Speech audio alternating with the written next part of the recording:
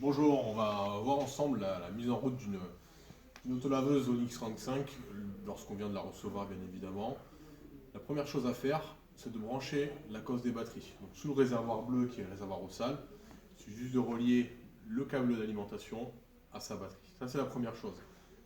La deuxième, c'est la brosse. Elle est déjà installée sur l'autolaveuse, donc à ce niveau-là, pas besoin d'y toucher.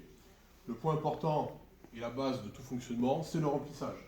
Donc remplissage du réservoir d'eau propre via ce bouchon, plus ou moins 12 à 13 litres de contenance. Et ensuite, donner l'information d'alimentation de la machine.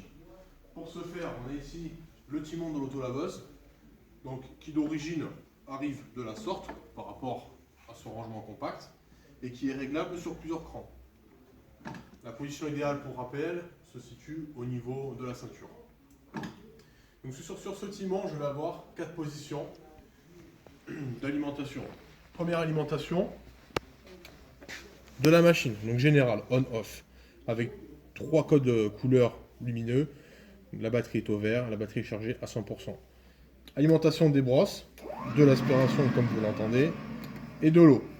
En résumé, pour travailler, je vais avoir besoin d'avoir les 4 voyants allumés et la raclette d'aspiration en position basse, comme vous pouvez le voir.